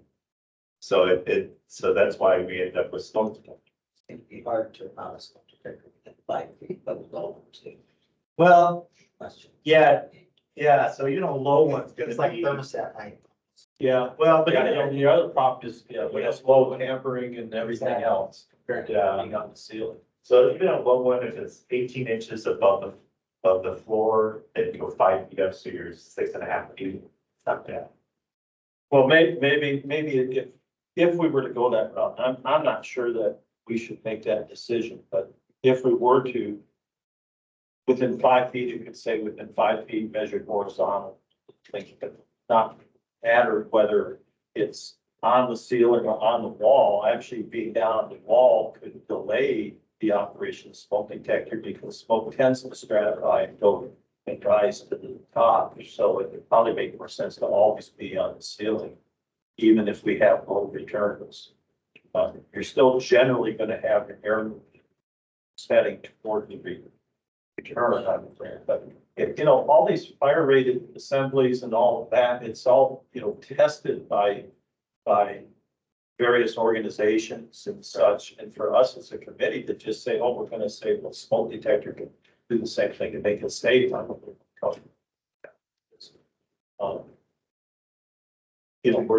We're just using our own personal judgments and experience on it, which isn't of the same degree of right time, science, and testing behind it compared to some other, particularly what else done on the fire rated assemblies and things. I don't know. But it's an interesting subject. Welcome back to that one. The rest of the 9 and 10 sections in there, 9 and 10 are ones that I just need to, that we've had before, and I think they just need to stay. The only other thing that I would really have an issue with is all of chapter 11. So this has to do with refrigeration. It's been updated and it is in a continuous update now. And the problem is that it's okay today. But right now, what's happening is, as of January 1, 2025, all refrigerants that are gonna be, all air conditioning equipment that's gonna be sold for residential and light commercial is gonna be an A2L refrigerant, which means it's gonna be somewhat hazardous. So that has huge implications in chapter 11. Where now that refrigerant pipe, if it penetrates more than a single floor, has to be in a ventilated and fire rated shaft. I'm not aware of that in any apartment or any office building in the country. There's none made. None. And so I don't know what's gonna happen if somebody's air conditioner goes down on January 2nd of 25, and they have to comply to this code. I don't know how they're gonna do it without tearing up their walls, building shafts within their building. And we're talking apartment buildings too, so that means, and residential houses. If you got a long refrigerant run, you're gonna run into this code. And where it gets to be, where it gets to be an issue is, please realize that the current refrigerant that's being used now, they allow you to not have to comply with any of the stuff, so long as the amount of refrigerant is less than 26 pounds of refrigerant per 1,000 cubic feet. Which is, we don't run into that often, unless you got a chiller or something, some heavy equipment. Now it's gonna be reduced to 3 to 4 pounds per 1,000 cubic feet, going from 26 to 3 to 4. So now a bedroom will probably fail. So if you got a mini split system and you got a distance of refrigerant pipe, you'll probably now have a refrigeration machinery. If you have a, it's gonna be, I don't know how we're gonna comply with this code. And it's also, but the problem is it's also in ASHRAE, it's an ASHRAE 15. So it's in a national standard also. And what bothers me to no end is you can have a natural gas pipe run through a building, through an apartment building, through the floor ceiling assembly with threaded joints, all that stuff, and you got an unlimited supply of natural gas. That's perfectly legal. But I got a refrigerant system that is less deadly, less flammable, and less toxic. 20% flammable. Right, and has no toxicity. And yet I have to do it in a fire rated shaft. Why can't I just comply like I can with the natural gas? And it's because guess what? Natural gas was developed many moons ago and it's been okay and everybody's okay with it. These refrigerants are brand new, so let's overreact and make all these huge code requirements that I don't know how we're gonna comply with. I really don't. And I just need to bring this up because I don't know how we're gonna comply with these sections come January 1.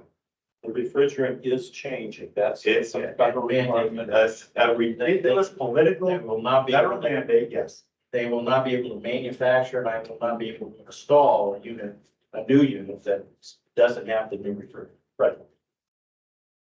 So you have to even sell all your old units before They're not, they're transitioning already. They are, so there is a cutoff. There's no grandfather.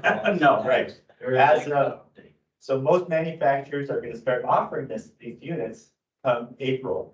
And they'll probably stop selling their current units somewhere in the summer. So they don't end up with Introducing the new refrigerant. Right. So there's two issues that are hit on it. One is what you're really thinking is the retrofit market, because units only last so long and people haven't replaced them with the equipment. And then, of course, in new construction, I guess you can make all these allowances, but again, it's cost. Right. Yeah, so, and nobody knows, I've never seen a ventilated. So if you have a ventilated shaft, you probably have to have some kind of a damper system. Yeah, some kind of detection. It's damper on the vent connection, because it has to be ventilated down low. It can be natural ventilation. So the refrigerant is heavier than air. Yes, Yeah, so that's more of a problem. right. So, I guess I just pointing out that these requirements on chapter 11 are dramatic. And I'm not sure, I think they're an overreaction. Because why can I have natural gas piping going to appliances and everything else in these facilities and not having any of this stuff, and yet I got some refrigerant that's a limited amount, and it's nowhere near as hazardous, and yet I'm having to do dramatic protection with it. And it just has me dumbfounded that this is required. And I just don't know who else to turn to, or I'm screaming and yelling about this to people and it's going nowhere. So I'm just making sure everybody's aware that what's in chapter 11 is going to be huge consequences. Yes. And it's going to happen within a few months. Because these units are going to come out, they're going to start selling these units they said in April to May. So once they start selling them, because they are not allowed to sell their current refrigerant as of January 1, when we adopt the code. Quick question, can, Rick and notice is, right now it looks like it's called out in high probability systems used for human comfort.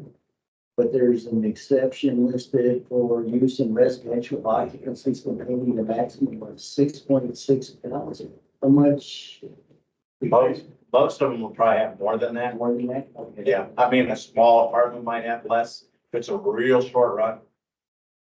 Yeah.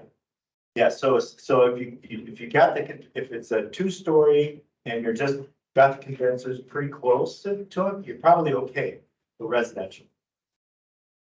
If you've got a 3-story, the first floor units are probably going to exceed it. And it depends. And if it's a 3-ton unit as compared to a 1.5 ton, you run into these problems. So it boggles my mind that they would overreact to something that I think is something fairly minor, that they're not gonna suddenly require us to put natural gas piping in fire rated shafts and ventilate those shafts in case there's a gas leak so it doesn't get into the building. But yet refrigerant, which again is a limited amount, they're gonna require all that. It just, and I don't know how you're gonna do it. You know, apartment complexes don't have the money they've got to vacate this building because now we got to create shafts. Now the shafts can be pretty small because it's just refrigerant piping, right? But I got to ventilate that too. And how am I going to build it? And it's So fundamentally, our choice is whether we even should recommend an amendment, just on what basis can we do that? Could we simply, I've seen other jurisdictions in electrical code things, just essentially strike out a section saying we're not going to enforce this section. And usually that's when a new rule comes in and people just don't want to jump there and they delay it through a code cycle. So you could set some parameters on a high probability area and maybe make an exception that residential up to 3 stories is not considered high probability. right. There's a lot of things we need to discuss with this because and I could start generating some options. Because I mean, we're downtown. And it's more than just residential. You got an office building with a mini split, right? You're gonna run into this. But what difference is there a flammability difference with the new? So they're all the refrigerants that manufacturers are looking at are the A2Ls, which is the low probability of flammability. Is it asphyxiation? What about that? No. You'll let that too. It's asphyxiation too. So that's why they're kind of limiting it for both reasons. I mean, I don't even know if we're just outside the building, but buildings are so much tighter, I think, is that really the concern that refrigerant should leak? The building is tight. Right now, people don't, Yeah, but I mean, the ventilation standards offset that. Yeah, but the ventilation is often coming from the very mechanical unit. Right, yeah. When it leaks, it may shut down or whatever, and then you're not getting the ventilation. Yeah, I mean, I know there's talk of sensors to be able to shut units off and that type of thing. And close the close the refrigerant down at the at the compressors, but there's- Compressors. and to try to prevent it. This sounds like a countrywide. It is, it's huge, And it's disastrous. Tucson and Pima County be write our own rules or do we? The challenge, Do we kick the can for a year or a vote on this? What segment, I'm, not what I'm really worried about, Dennis, is my insurance company finds out about that. For my liability, Because now then, where that insurance rate's. but by not having the vote adopted. Well, it's, they catch wind of this, and you know what insurance carrier, yeah, Right. minimize risk. Sure. And I guess I'm just going back to got natural gas piping, right? through Exactly. And But that would mean we actually have to go against this national standard. Yes, Yeah, it would. The other side is that, us clever designers have to design buildings in a way that we can accommodate this new equipment. So I can see on new work, you can't say you can't do it, but on retrofit work, wow, what Yeah, a that's- problem that could be. Yeah. And there are, all different levels of people doing equipment replacements and all that, with varying skills, knowledge and all that. They may know how to do the mechanical work to put the thing in and not really understand all the reasoning behind it, right, all that. And how do you control all that? What I worry about when you get a standard like this that can raise the price is we already have these, unlicensed, unpermitted projects going on, that now we're gonna push more people to do it because of elevated cost to try to meet this Yeah. standard. Who's going to replace their unit and try to meet the code? I just don't, because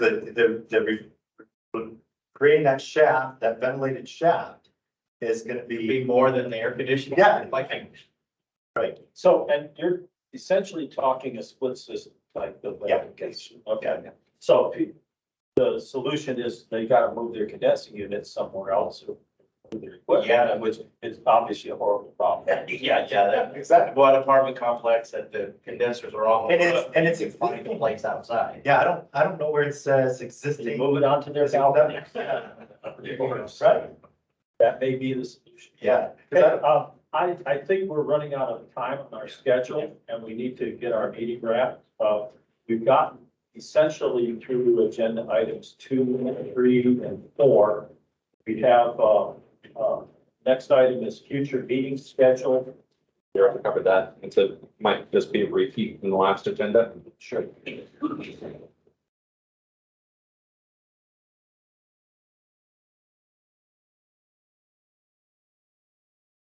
No membership updates either. No, other than, the reappointments for some of you guys is going to the board, county side on May 4th. Oh, to keep us advised on that. Going back to the, future, meeting schedule, we've already talked about meeting schedule, so that's okay. We do have a call to the audience because we're over time. We need to keep that very brief. I just have one comment. I don't think there should be any code. You can comply. Period. Yeah, it's a good point, right? And I think we're recognizing that. And if we have to go against the feds, and we go against the feds. It's not the first time Arizona's been with it. Unless there's some recipe there played down and what's amplifying any injuries.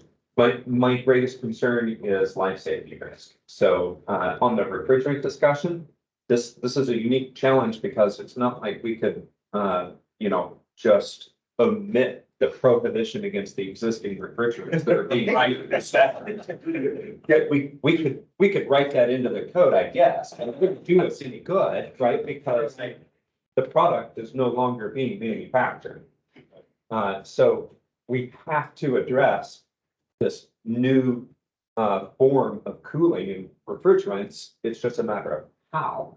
And so, my concern immediately goes to the life safety of the occupants of the buildings and the tenants and the people working on them. And that's where, my paramount concern is going to be. And so if we're challenging a code that is strictly intended to protect the lives of the people in the building, I would be hesitant to jump on that. But I'm certainly open to investigating the dangers that are being proposed. So is it actually as hazardous, to the degree, to Ken's point, the volume of the material that's in the building and the risk of it leaking? What is the real risk to the tenants? And then, maybe we can look at those, separation criteria. And if I may just add one more thing that I'd like you all just to keep in mind is we are in the middle of a huge housing affordability crisis, right? So all of these rules that make it more expensive to build rooftops or systems need creates challenges. Back to your question, completely to or your comment, are we doubling down by mandating air conditioning? We're not, so we're not mandating air conditioning, or that's not the proposal. We're mandating cooling. Cooling, okay, yeah. And we were very, very specific to not require air conditioning to, pigeonhole designers or property owners into a specific product. Now, that doesn't give them a lot of options, but it is an interesting part of the market that tends to respond when there's a need. Do we have any other comments? Guess I'd be looking for a motion to adjourn. We're adjourned. Thank you so much for your time. Appreciate it. Really appreciate it.